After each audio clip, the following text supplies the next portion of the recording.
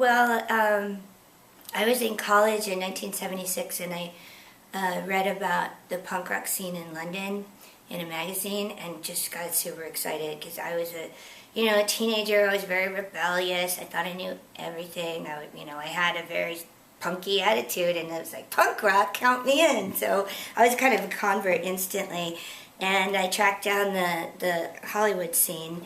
And it was just this small group of kids, maybe 50 kids, and they were playing in basements and, flop houses, and it was really a very, very tiny scene at the beginning, but so much fun and so supportive. Everyone really backed everyone else, and it didn't matter if you were a good musician or a bad musician. It didn't even matter if you knew how to play. You could still be in a band, and girls were as welcome as guys, and that was, for me, the really big thing. Like, there was no sexism about it. Anyone could do it.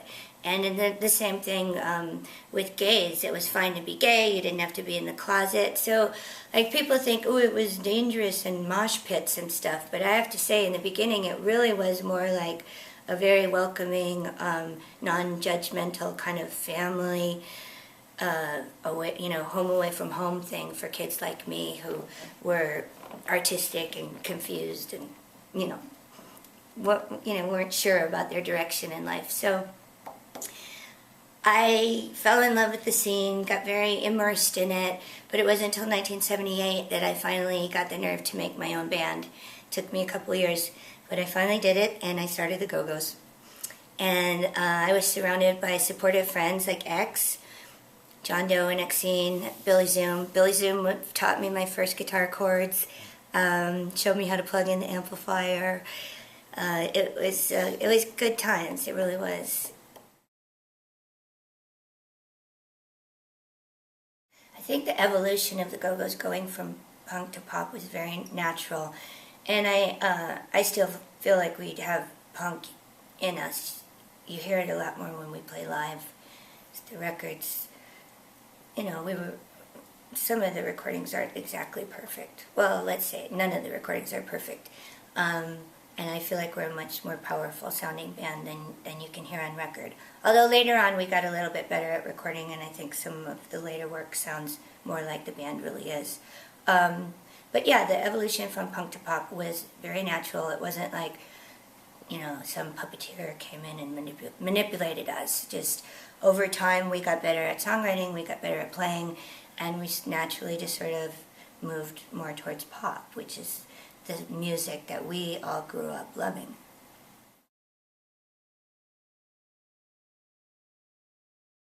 Well, my first flirtation with guitar was when I was 12 years old. My mom signed me up at the local park to get 6 weeks of acoustic guitar, and that's when I learned Hang Down Your Head, Tom Dooley, Kumbaya, and Michael Row Your Boat Ashore. So that was like the level of my expertise at the age of 12. And I did sort of, keep strumming along a little bit. I always really loved music, but never really thought of it as a career. And again, what we were talking about early with the punk rock stuff, that was when all things became possible because it was totally do-it-yourself. So that was when I picked up my first electric guitar, and Billy Zoom kind of was like, well, there's kind of two shapes of bar chords, and if you can just learn those, you can play, 10 or 20 guitars, or 10 or 20 chords just go up and down the neck. And it really isn't rocket science. I mean, to be great, like Les Paul, is rocket science. But to just play enough to write songs and be in, a fun party band, it's pretty easy. So I recommend people who want to do it but that are scared, just give it a try. It just takes a little bit of practice. I have a long-standing love affair with the SG, and to me, it's the perfect guitar.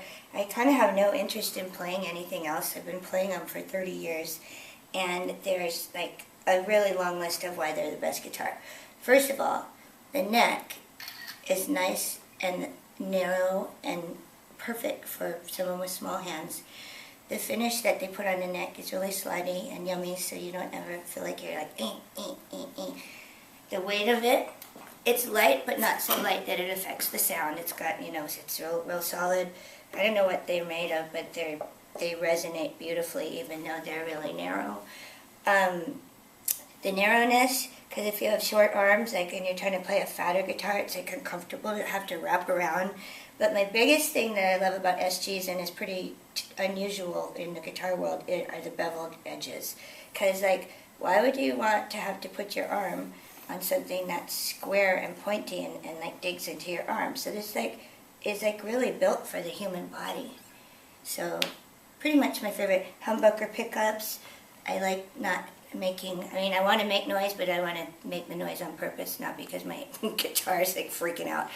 So I guess those are most of my reasons.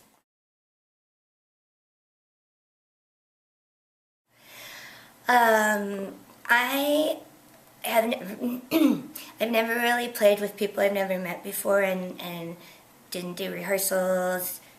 Just kind of walked in and we winged it, and that was really hard on my heart. I thought I was going to have a heart attack. I am a very free spirit, but I do like to be prepared to perform. I just feel better. I'm not that good that I can just get up and like do it right.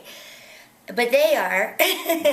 So the show, my whole experience was like half terror, half elation, kind of equal mixes of both, and I enjoyed myself so much.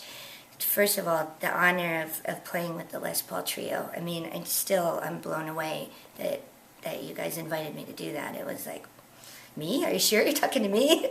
And then also the honor of singing some of those old standards that I've been in love with my whole life.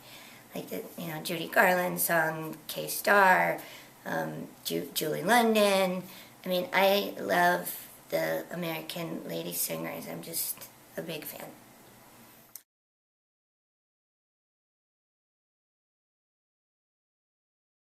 I had to go with Lady Robotica, because who doesn't dream of being made into a superhero and getting your own comic book?